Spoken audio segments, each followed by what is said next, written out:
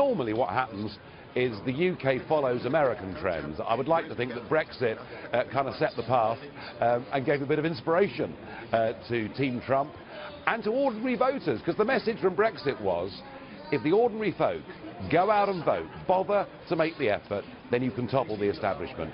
We did it in the United Kingdom, you've done it here, and I have to say, listening to Trump's speech today, this is a political revolution and it's very exciting. This is written in our constitutions, both in Europe and in America. This is who we are, this is our identity, this is something we cannot forget. Our European history has taught us to celebrate when a wall is torn down and the bridge is built. We learned from our own great but also tragic history that every human being is first and foremost a person with fundamental rights that cannot be put into question.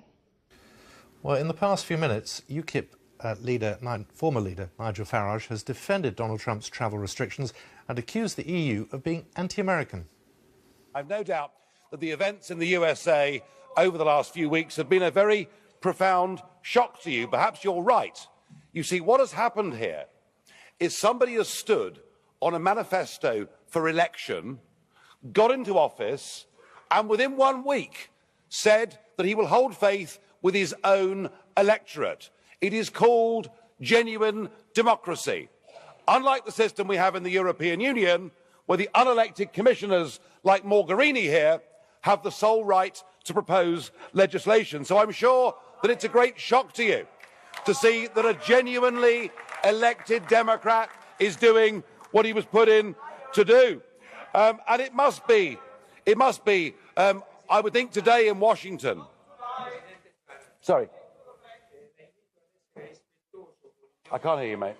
Di questo Parlamento e delle funzioni istituzionali dei commissari. Questo lo dobbiamo non solo per il rispetto istituzionale alla Commissione, ma anche alla benevolenza della commissaria vicepresidente e alto rappresentante onorevole Mogherini. La ringrazio.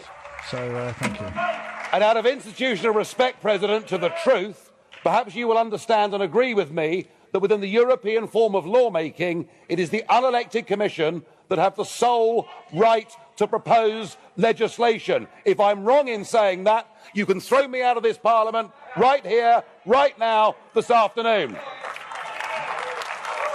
Onorevole Farage, io la richiamo soltanto a un atteggiamento rispettoso. I am just asking you to be a little bit more respectful, please. Prego, può continuare. You may continue. Oh, I'll be respectful, all right. And perhaps you will be too, for the right of the leader of a political party that won the European elections in the United Kingdom in 2014. Now, it seems to me that actually, with all the anti-Trump rhetoric that is coming from everywhere, actually what we're hearing is the true nature of the European project, which is genuine anti-Americanism. Trump is motivated by protecting the United States of America from Islamic terrorism, whereas what has happened in this room and in governments around Europe is you have welcomed these people into your own homes. But can we please, just for a moment, look at the facts? Amongst all the hyperbole and the hysteria, all that Donald Trump has done is taken 7 countries that were identified by President Obama as posing a risk to the USA. Obama already had put in place extreme vetting. What Trump has done is for 90 days to say, let's examine that vetting and see whether it's good enough. But I want to ask you, Mr. Verhofstadt, and all the others, with your faux outrage today, where were you when Obama in 2011 banned any Iraqi from going into the country for 6 months? Why do I hear no criticism in this chamber or from the Commission of Saudi Arabia, Kuwait, Bahrain and others who refuse to take a single, not one, refugee or displaced person from Syria? And how can it be that on Holocaust Day, last Friday, not a single one of you criticised the 16 countries in the world that ban Israeli Jews from even going to their country on holiday. What is this hypocrisy? So perhaps what we need to do, Mr. President, and through you to the members, perhaps what we need to do is to be a little bit more constructive. All of us here say we're Democrats. Well, here's a chance to prove it.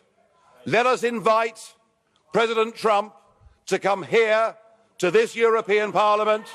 I'm sure as Democrats you'd all agree that what we need to do is to have an open dialogue with the newly elected most powerful man in the world. And if you throw that rejection back in my face, then you prove yourself to be the anti-democratic zealots that I always thought you were. Trump is motivated by protecting the United States of America from Islamic terrorism, whereas what has happened in this room and in governments around Europe is you have welcomed these people into your own homes. What we need to do is to have an open dialogue with the newly elected most powerful man in the world. And if you throw that rejection back in my face, then you prove yourself to be the anti-democratic zealots that I always thought you were. All right, you know that guy, Brexit leader Nigel Farage, making a big speech at the European Parliament earlier today. Talk about going into, I don't know what you call it, viper's nest, however you want to call it. Anyway, Nigel, very good to have you.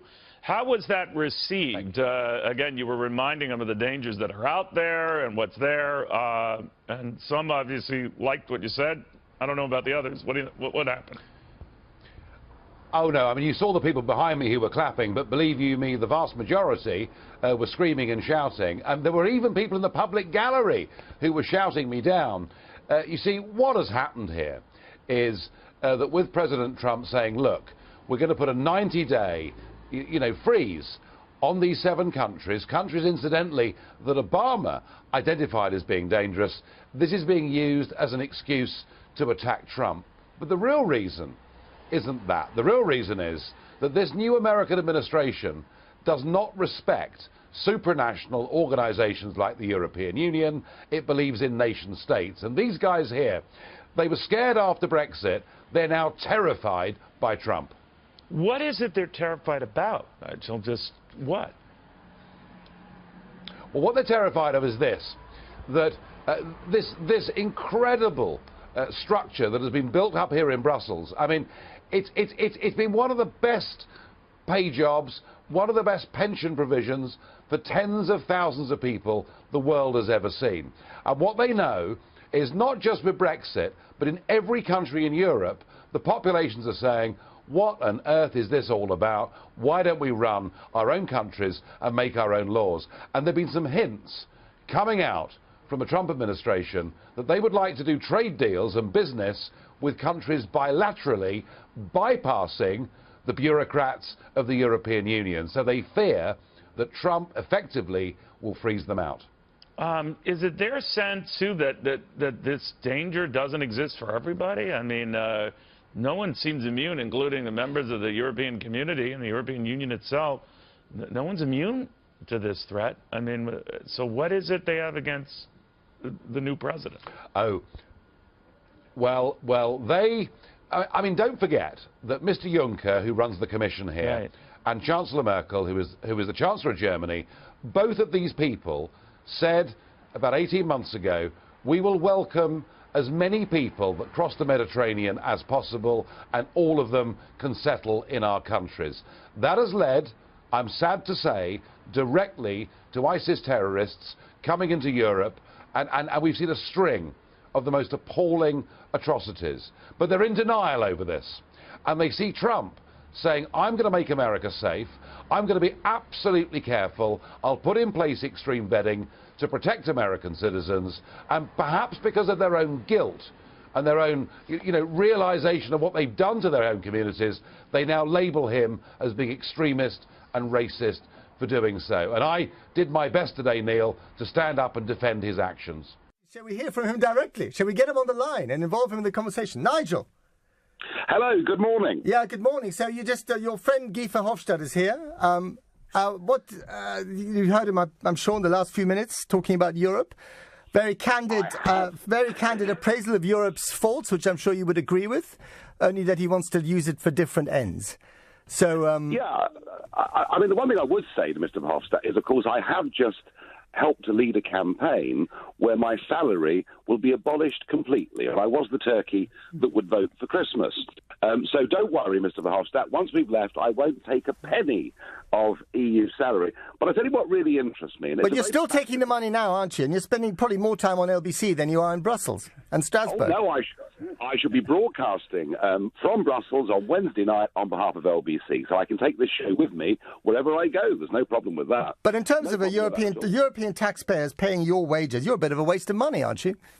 Well, I'll tell you how it works. The more you're there, the more you cost the taxpayer, because every day an MEP is in Brussels, he or she sign a piece of paper and they get given €300 in cash, tax-free. So the less I'm there, the less I cost the taxpayer. So in other words, you're not spending the money that you could be spending in the pub or for having sumptuous 10-course lunches.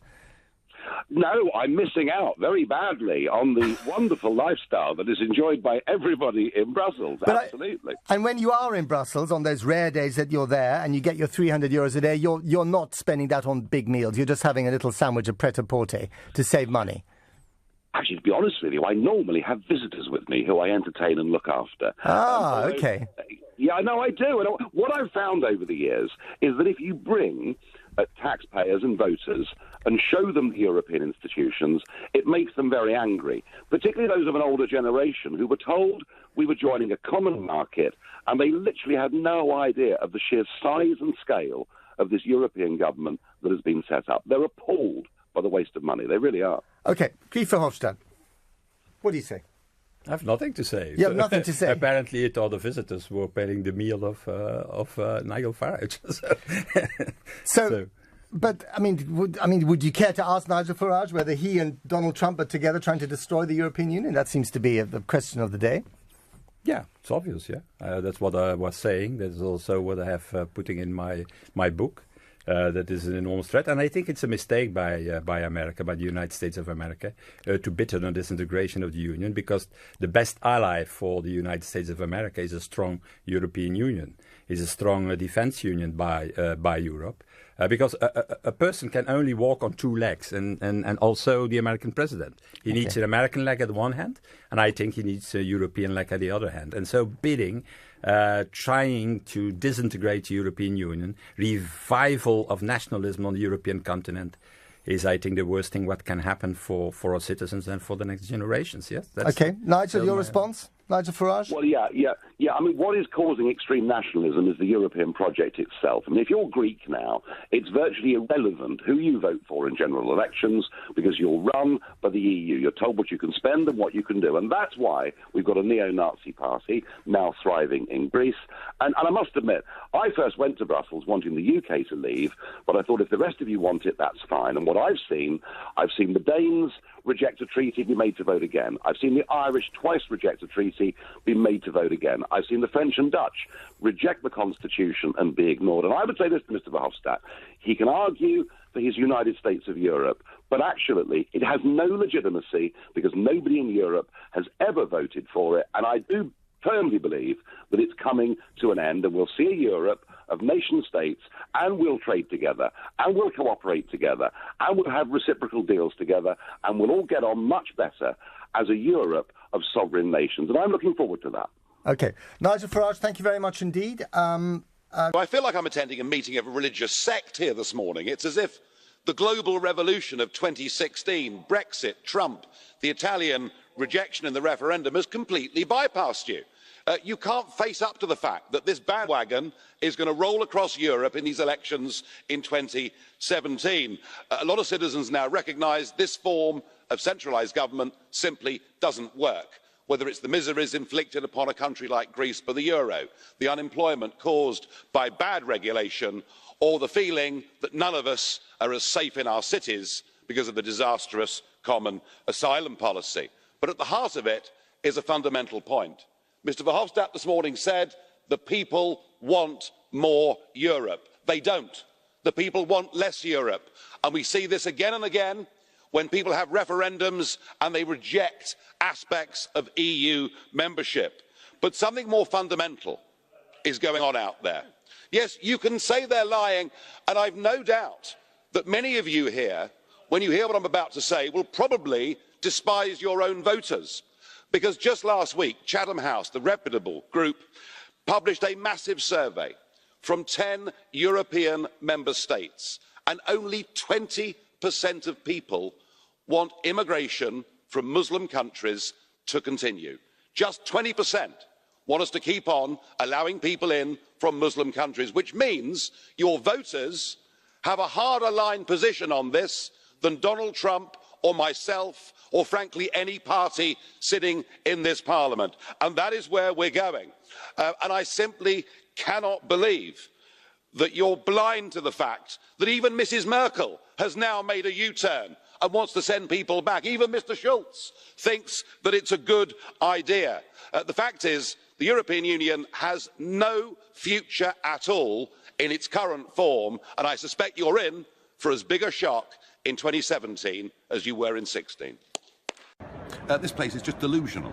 They think that what the citizens want is a stronger, deeper, more federal European Union. In fact, one of them even said that the EU was like a symphony that would be playing grandly this time next year. And I felt like I was attending a meeting of a religious cult.